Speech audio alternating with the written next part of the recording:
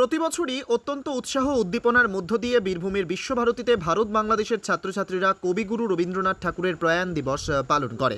প্রতি বছরের মতো এবছরও যথাযোগ্য মর্যাদার সঙ্গে দিনটি পালিত হলেও মন ভালো নেই বাংলাদেশি ছাত্রছাত্রীদের, কারণ বাংলাদেশে চরম অস্থিরতা চলছে লুটপাট, অগ্নিসংযোগের মতো ঘটনাও। পরিস্থিতি সামাল দিতে নিরাপত্তা বাহিনীকে গুলি চালাতে হচ্ছে।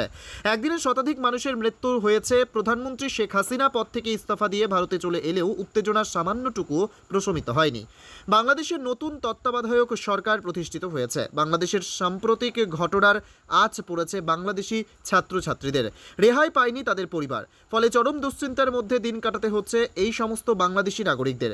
বিশ্বভারতীর ছাত্রী সঞ্জিদা পারভিন জানিয়েছেন, বাংলাদেশে যে ঘটনা ঘটেছে তাতে তাদের মন ভালো নেই। প্রতিনিয়ত আতঙ্কের মধ্যে দিন কাটাতে হচ্ছে তাদের। এরই মধ্যে ভারতীয়দের কাছ থেকে বিভিন্ন ধরনের মন্তব্য তাদের আরও সমস্যায় ফেলছে। সঞ্জিদা জানিয়েছেন, ভারতীয়দের দাবি বাংলাদেশে হিন্দু নিধন চলছে। তার মন্তব্য, হিন্দু নিধন নয়, সেখানে ক্ষমতাহীনদের ওপর আক্রমণ চালাচ্ছেন ক্ষমতাবানরা। তিনি মুসলমান হয়েও তাদের পরিবারের ওপর আক্রমণ নেমে এসেছে। তিনি চান বাংলাদেশে নতুন সরকার প্রতিষ্ঠা করে শান্তি ফিরে আসুক। এদিন বাংলাদেশের ছাত্রী সঞ্জিদা আর কি বলেছেন শুনুন। আজকের দিনটা নিয়ে 22শে শ্রাবণ নিয়ে আমাদের আয়োজন থাকে প্রতিবারই, তো এবারেও সেই বিশেষ আয়োজন ছিল। প্রতি বছর আমাদের ইউনিভার্সিটির শিক্ষার্থীরা এই আয়োজনে অংশগ্রহণ করে। আজকে সকালের উপাসনায় আমরা অংশগ্রহণ করেছি, গান গেয়েছি, ভালো লেগেছে। তবে আমাদের তো বাংলাদেশের পরিস্থিতি খুব একটা ভালো না। এই দিনটা নিয়ে খুব উৎসাহিত থাকি আমরা, তবে সেই উৎসাহের জায়গাটা একটু হলেও প্রভাব পড়েছে আমার দেশের পরিস্থিতির কারণে। যেভাবে হিংসার ঘটনা ঘটছে, কতটা বেদনা দেয় আপনাদের? হ্যাঁ, ওটা তো বেদনাদায়কই। আমার পরিবারের ওপরেও একরকম চাপ এসেছে, তারাও ভালো নেই, সেটা এখানে বসে আমি শুনছি। আমি যেতেও পারছি না সেখানে। আপনার বাড়ি কোথায়? আমার বাংলাদেশ, ঢাকা। সেখানে কি অবস্থা পরিবারের বলতে? পরিবারের উপরে প্রেশার এসেছে আসলে ওরকম। এখানে বলা হচ্ছে, এখানে একটা জিনিস খুব ছড়িয়ে গেছে যে হিন্দুদের উপরে নির্যাতন হচ্ছে, কিন্তু শুধুমাত্র যে হিন্দুদের উপরে নির্যাতন হচ্ছে এরকম নয়। নির্যাতন হচ্ছে মূলত যারা ক্ষমতাহীন তাদের উপরে, সেটা ধর্মের উপরে ভিত্তি করে নয়।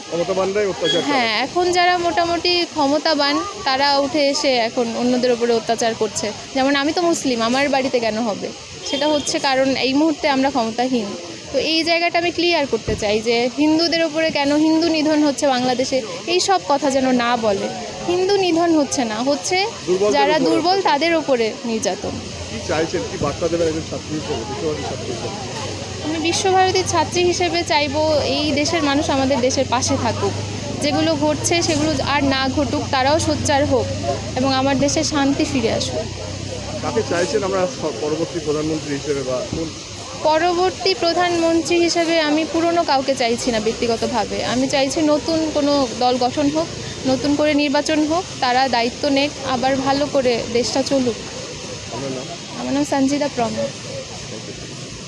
বাংলাদেশের সনাতনী পরিবারের সদস্য শ্রাবণী মহন্ত জানিয়েছেন, বিগত 3 বছর যাবৎ বিশ্বভারতীতে আছেন। আগে কোনোদিন এ ধরনের ঘটনার সম্মুখীন হতে হয়নি। বাংলাদেশের সাম্প্রতিক ঘটনায় চরম আতঙ্কের মধ্যে দিন কাটাতে হচ্ছে। বাংলাদেশে হিন্দু নিধন চলছে, এটা কাম্য নয়।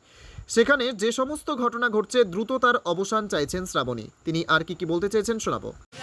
বেরিয়েছি ভোরবেলা 5টার সময় করে। তো তারপর আমরা সবাই বৈতালিকে মিছিলে হেঁটেছি, গান গেয়েছি। তারপর গান গাওয়ার পর আমরা এখানে উপাসনা গৃহে এসে রবীন্দ্রনাথের উদ্দেশ্যে কিছু বক্তৃতা, কিছু গান এসব করেছি। এই দিনটা কিভাবে তোমরা স্মরণ করো? এই দিনটা আমরা রবীন্দ্রনাথের লেখা গান, তার উক্তি, এইসবের মাধ্যমে আমরা তাকে মনে রাখি, তার স্মৃতিচারণ করি। এরপর কি করবে? এরপর আমরা সবাই আমাদের নিজের নিজের ডিপার্টমেন্টে যাব। বিকেলে আরও একটা অনুষ্ঠান হবে, যেখানে ফুল দিয়ে গয়না বানানো হবে, পালকি সাজানো হবে, সেটা পালকি নিয়ে আসা হবে। তারপর মেলার মাঝে এখানে বৃক্ষরোপণ অনুষ্ঠান করবে। আপনার নাম? বাংলাদেশের সাম্প্রতিক ঘটনায় সারা পৃথিবীর মানুষ উদ্বিগ্ন। বাংলাদেশের শান্তি ফিরুক চাইছেন তামাম বিশ্ববাসী। মানুষ চাইলেই সেখানে শান্তি ফিরবে এটা ভাবা যায় না। শান্তি প্রতিষ্ঠার জন্য সব পক্ষকেই এগিয়ে আসতে হবে। কবে ফিরবে বাংলাদেশে শান্তি, গোটা ভারতবর্ষ তাকিয়ে সেদিকেই। বীরভূমের শান্তিনিকেতন ঘুরে শ্রেয়সী মণ্ডলের রিপোর্ট, টাইমস 14 বাংলা।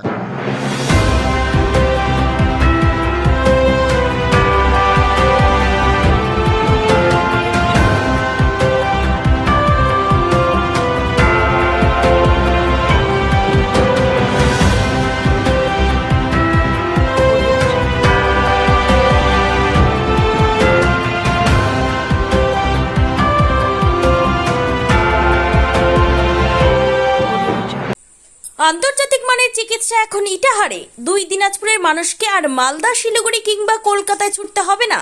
উত্তর দিনাজপুরের উদীয়মান ব্লক উদ্বোধন হলো Itahar paramount super speciality hospital. Itahar ব্লকের নোমোনিয়া এলাকার বাসিন্দা তথা মুম্বাইয়ের প্রতিষ্ঠিত ব্যবসায়ী রফিকুল ইসলাম এই প্রতিষ্ঠানটির রূপকার।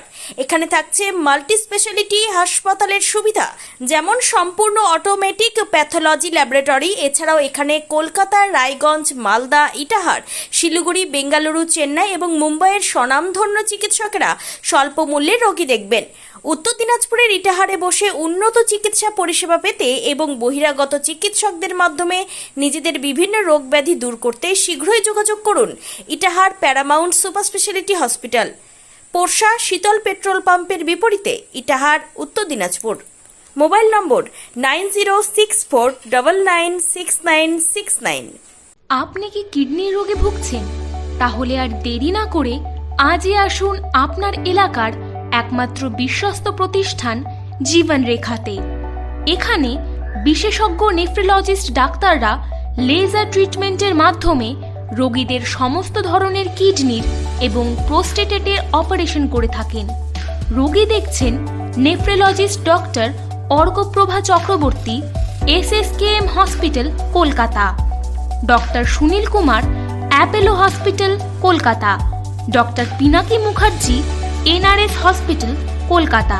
এছাড়াও এখানে প্রতিদিন অপারেশন করছেন ও বহির্বিভাগের রোগী দেখছেন ইউরোসার্জন ডক্টর আতার কাশিম, PG হসপিটাল, কলকাতা। তাছাড়াও এখানে স্বাস্থ্যসাথী কার্ড ও ওয়েস্ট বেঙ্গল হেলথ স্কিমের সুবিধা রয়েছে। আমাদের ঠিকানা রায়গঞ্জ, উকিলপাড়া।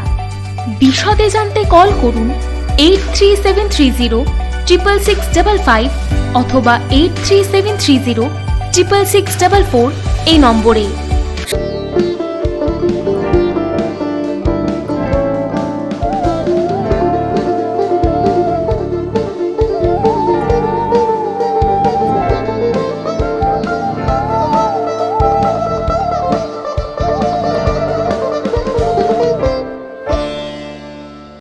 আপনি কি চাকরি পরীক্ষার্থী? চাকরি পরীক্ষার বই খুঁজছেন? তাহলে আজই চলে আসুন সৌর বুক অ্যান্ড ম্যাগাজিন সেন্টারে। এখানে BSc, WBCS, bank, rail, ICDS, nursing, ANM এবং GNM সহ কেন্দ্রীয় ও রাজ্য সরকারের সকল চাকরির পরীক্ষার বই ও ম্যাগাজিন পাওয়া যায়। আমাদের ঠিকানা ঘড়িমোড়, মোহনবাটি, রায়গঞ্জ। বিস্তারিত জানতে যোগাযোগ করুন 9002904090 অথবা 9434347016।